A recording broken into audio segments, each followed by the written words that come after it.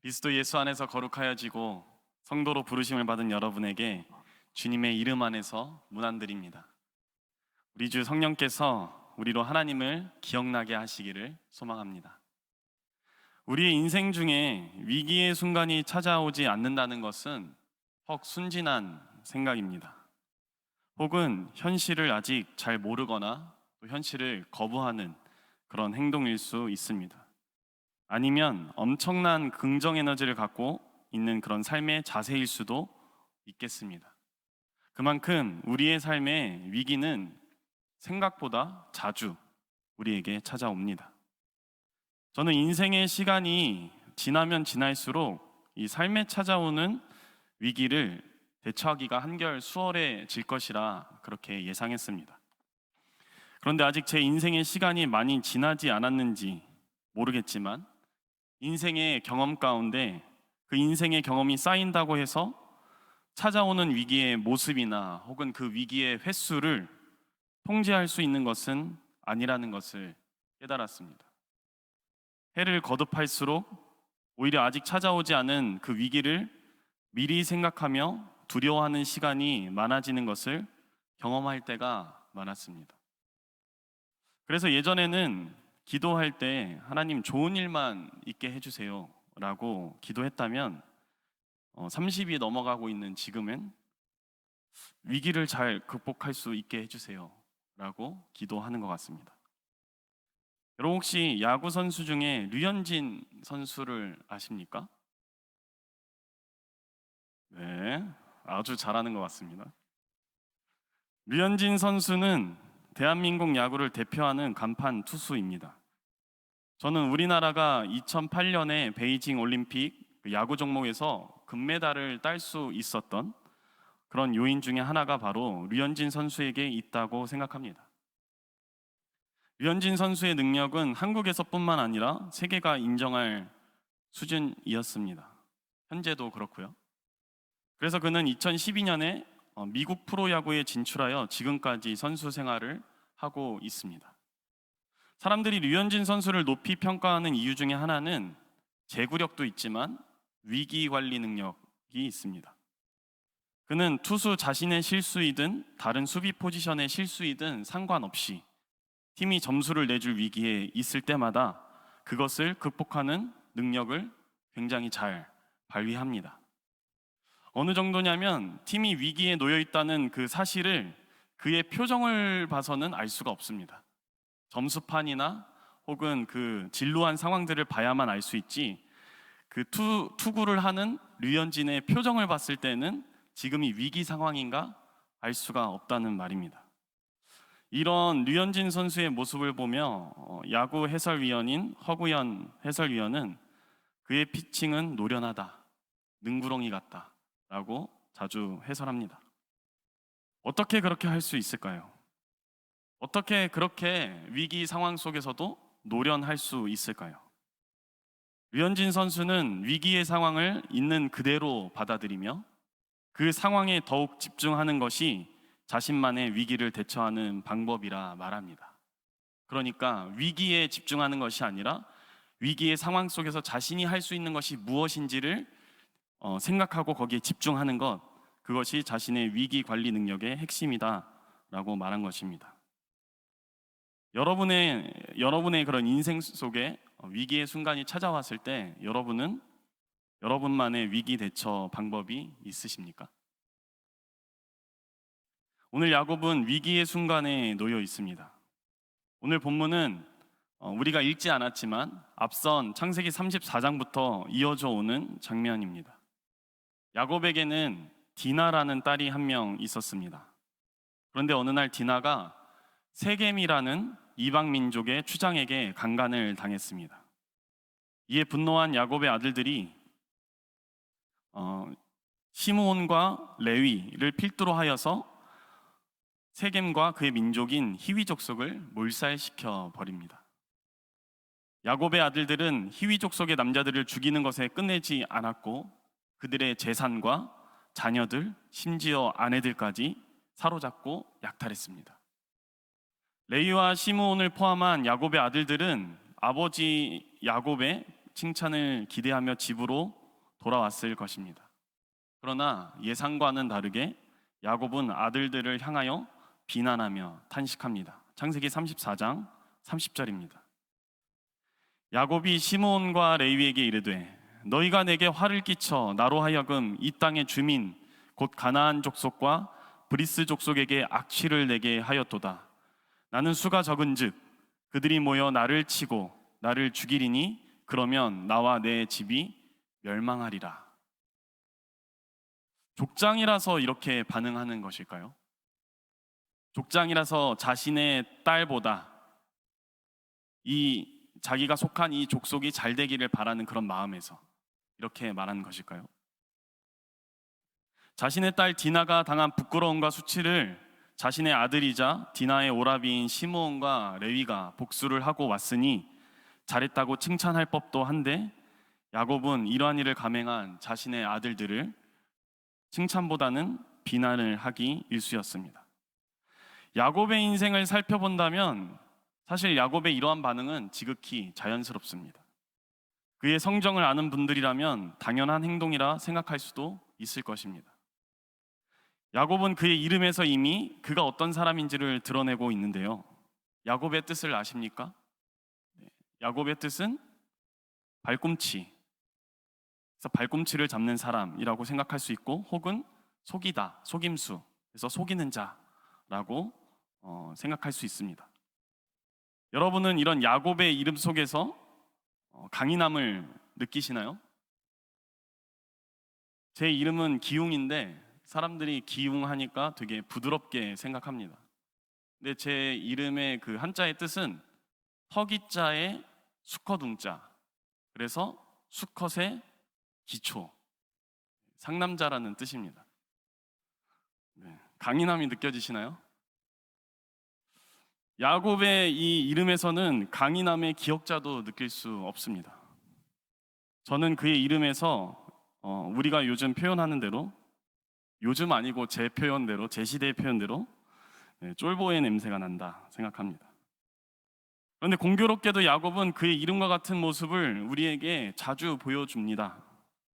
야곱은 무엇인가를 부여잡지 않으면 남들을 따라갈 수 없는 그런 사람이고, 남을 이기고 싶지만 자신에게 그러한 능력이 없고, 그래서 정당한 방법을 사용하고서는 도저히 자신보다 능력이 많은 사람을 이길 수 없는 사람이었습니다. 그래서 아버지를 속이고 형을 속이고 삼촌을 속여서 조금씩 자신의 것을 늘려가고 있었던 사람입니다. 그런 야곱이 자신의 것을 잃게 되는 상황을 과연 달가워하겠습니까? 야곱은 피해를 최소한으로 하고 싶었을 것입니다. 아니, 피해 입은 것에 대한 손해배상을 갑절로 받고 싶었을 것입니다.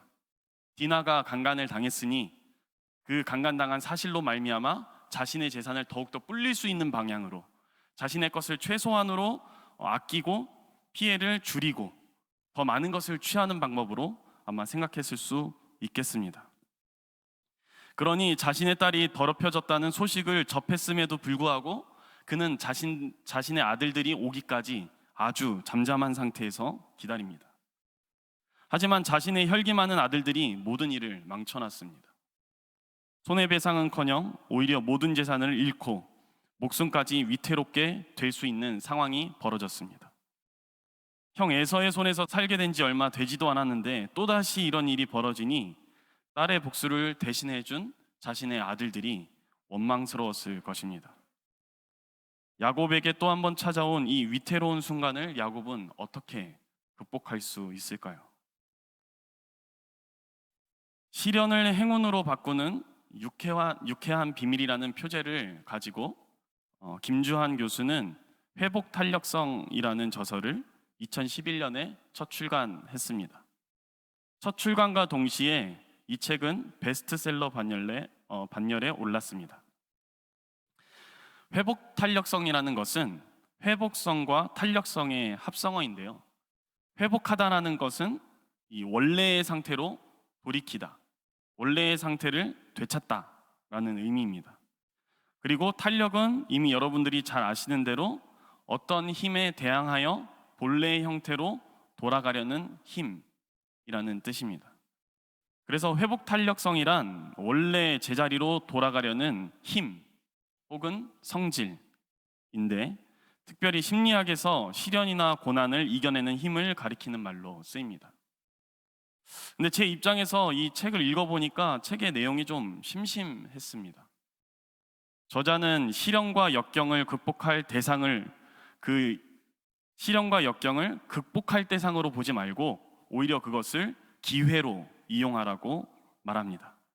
이를 위해서 마음의 근육인 이 회복 탄력성을 성장시켜야 하는데, 이 회복 탄력성에는 두 가지 핵심 요소가 포함되어 있습니다. 근데 여러분들도 이미 잘 아실 겁니다. 어떻게 이 마음의 근육, 어떻게 이 시련과 역경을 극복할 수 있을까? 당연히 자기를 잘 조절하는 능력이 있어야 될 것이고, 그리고 나와 함께하는 대인관계의 능력이 있어야 될 것입니다. 식상하죠? 이 두 능력이 높을수록 회복 탄력성은 높아지는데, 어떻게 이 회복 탄력성을 높일 수 있을까요? 읽지 않아도 여러분들은 알 수 있습니다. 우리가 아주 잘 아는 것, 부정적인 생각을 하지 않고 긍정의 힘으로 회복 탄력성을 늘려간다는 것입니다. 긍정하기와 운동하기를 제시하여서 정신적으로도 건강하게, 육체적으로도 건강할 수 있도록 미리 훈련을 하라라는 이야기입니다. 때문에 저는 이 책을 읽으면서 굉장히 식상하다, 저자에게는 죄송하지만 되게 식상하다라는 인상을 받았습니다. 그 식상한 내용을 제가 여러분들에게 이야기하는 이유는 이 책 가운데에서 제 이목을 끈 문구가 하나 있었기 때문입니다. 소개하자면 이렇습니다. 회복 탄력성은 기억하는 자아의 문제입니다. 이 기억하는 자아가 고난과 역경에 대해 긍정적인 의미를 부여하고 긍정적으로 이야기하는 능력을 지닌 사람이 바로 회복 탄력성이 높은 사람입니다. 무엇을 기억하는지에 대한 부연 설명은 저자가 따로 하지 않습니다. 그런데 회복에 대한 이야기를 하는 것을 보니까 원래의 상태에 대한 기억이라고 유추해 볼 수 있지 않을까요? 우리가 무엇을 기억하는지가 우리에게 찾아온 고난과 역경 속에서 아주 그것을 이겨낼 수 있는 힘을 갖고 온다. 그 힘을 갖게 하는데 큰 역할을 한다라는 말일 것입니다. 기억하는 자를 훈련시켜서 긍정의 힘을 기르고 회복 탄력성을 높일 수 있다는 저자의 주장은 좀 식상하고 동의하지 않지만, 그리스도인인 우리에게 있어서 충분히 생각해 볼 거리를 제공한다 생각합니다. 바로 이 원래의 상태에 대한 기억이 회복하는 데 있어서 굉장히 중요한 역할을 차지한다라는 부분입니다. 원래의 상태에 대한 확고한 기억이 고난과 역경을 이겨낼 수 있다는 것은 우리가 신앙을 함에 있어서도 굉장히 중요한 부분입니다. 여러분, 신앙생활이란 무엇입니까? 여러분들에게 신앙생활이 무엇이냐고 지나가는 꼬맹이가 물어본다면, 혹은 교회에서 어떤 신앙생활을 하는지 모르는 사람이 우리에게 신앙생활은 무엇이냐라고 물어보면 여러분 뭐라고 대답하실 겁니까? 우리는 아마 깊게 생각하지 않고 예배하고 말씀 듣고 기도하고 찬양하는 거 그런 거지 라고 말할 수 있지 않겠습니까? 그런데 이렇게 열거한 행동들이 우리에게 주는 의미가 무엇입니까? 이것이 신앙생활인데, 이 신앙생활의 행동들이 우리에게 주는 의미가 무엇이냐 말입니다. 왜 이런 행동들이 우리에게 있어야 하며 왜 그렇게 우리가 이것을 중요하다라고 말하는 것일까요? 이러한 모든 행동은 이 모든 행동을 통해서 하나님이 누구신지를 기억하게 하고, 그리고 하나님 앞에서 내가 누구인지를 깨닫게 하기 때문입니다. 이러한 기억 속에서 우리는 소망을 발견하게 되기 때문입니다. 소망이 무엇입니까? 믿는 자들에게 있어서의 소망이 과연 무엇일까요? 우리를 자녀로, 우리를 백성으로 불러주신 하나님이 우리의 소망입니다. 우리가 위기 가운데에서 다시 일어설 수 있는 힘이 있다면 그것은 우리의 삶을 긍정적으로 생각하는 정신적인 근육, 육체적인 근육이 있기 때문이 아니라, 그것보다는 우리를 하나님의 자녀로 불러주시고 또 다시 불러주시는 하나님이 계시기 때문입니다. 하나님이 야곱에게 이르시되 일어나 베델로 올라가서 거기 거주하며 내가 내 형 에서의 낯을 피하여 도망하던 때에 내게 나타났던 하나님께 거기서 제단을 쌓으라 하신지라. 여러분도 이미 잘 아시다시피 야곱은 아버지 이삭을 속여 형 에서의 축복을 빼앗았습니다. 사실 그 전에는 형의 장자권도 빼앗았죠. 이에 분노한 에서가 야곱 자신을 잡아 죽이려고 한다는 그 소식을 어머니 리브가에게 전해 듣습니다. 두려웠던 야곱은 형의 낯을 피해 외삼촌 라반이 있는 하란으로 피신을 가죠. 그렇게 형에게 쫓겨 길을 떠난 지 며칠이 되었을까요? 한 일주일, 열흘? 그러다가 야곱은 루스라는 그런 땅에 도착합니다. 거기서 야곱은 이제 하룻밤을 묵기 위해서 돌을 가져다가 베개를 삼고 하늘을 이불 삼아 누워 잡니다. 그런데 꿈에서 야곱은 이 땅과 하늘이 연결되어 있는 사닥다리를 하나 봅니다. 그리고 그 사닥다리 끝에서 서 계신 하나님 아버지를 바라보게 됩니다. 하나님께서는 그 상황에서, 그 꿈에서 야곱을 택하시고 부르십니다. 하나님은 거기서 야곱을 복의 통로로 삼겠다고 말씀하십니다. 잠에서 깬 야곱은 과연 여호와께서 이곳에 계시다, 나는 알지 못했다 라고 고백하며 돌을 세워 그 장소를 기념하는데 그곳의 이름이 바로 베델, 하나님의 집입니다. 자, 이제 하나님도 좀 만났겠다, 하나님께서 복의 통로로 세워주시겠다고 약속도 해주셨겠다. 이제 야곱의 삶은 순탄하게 흘러가는 일만 남았을 것입니다. 우리는 그렇게 예상할 수 있겠죠. 그런데 성경을 읽어보신 분들은 알겠지만 야곱의 삶은 전혀 그렇지가 않았습니다. 매 순간이 역경이었고 매 순간이 고난이었습니다. 무엇 하나 야곱이 원하고 계획하는 대로 쉽게 넘어가는 일이 없었습니다. 외삼촌 라반의 집에서 아내를 얻을 때, 외삼촌의 집에서 자신의 재산을 이제 챙겨서 나가려고 할 때, 외삼촌의 집에서 떠나려고 할 때, 그 모든 순간이 순탄하지 않았습니다. 그뿐입니까? 형에게 이제 다시 다가가서 형과 다시 대면하려는 그런 순간에도 야곱은 살얼음을 걷는 그런 기분이었을 것입니다. 그리고 오늘 형의 손에서 벗어났나 싶었는데 자신의 아들들 때문에 가나안 족속들에게 원성을 사서 이제 죽음만이 자신을 기다리고 있는 이 상황 가운데 놓여 있습니다. 하나님을 만났다고 해서, 하나님의 부르심을 받았다고 해서 인생이 우리가 원하는 대로, 생각대로 잘 풀릴 것이라는 그런 생각은 사실 굉장히 큰 오산입니다. 야곱의 인생을 자세히 관찰해 보면 루스 땅에서 하나님을 만난 이후에도 여전히 다른 사람을 속여서 자신의 것을 취하는 방법을 야곱은 버리지 않았습니다. 심지어 자신의 아내 라헬이 삼촌 라반의 그 가족 수호신이라고 불리죠. 드라빔을 훔쳐나올 때도 야곱은 그것을 말리지 않았습니다. 하나님이 계신데 왜 그 가족 수호신을 갖고 훔쳐오는 자신이 사랑하는 그 아내에게 아무것도 말하지 않았을까요? 하나님도 필요하고 드라빔도 필요하기 때문이 아니었을까요? 그러다가 약복나루에서 하나님의 사자를 만났을 때에는 그에게 복을 주기 전까지는 놓지 않겠다고 하며 밤새 또 씨름을 하는 모습을 보입니다. 여러분이 보시기에 이 야곱의 신앙이 어떤 것 같습니까? 굉장히 선택적인 신앙이 아닙니까? 굉장히 자기중심적인 신앙의 모습이 아닙니까?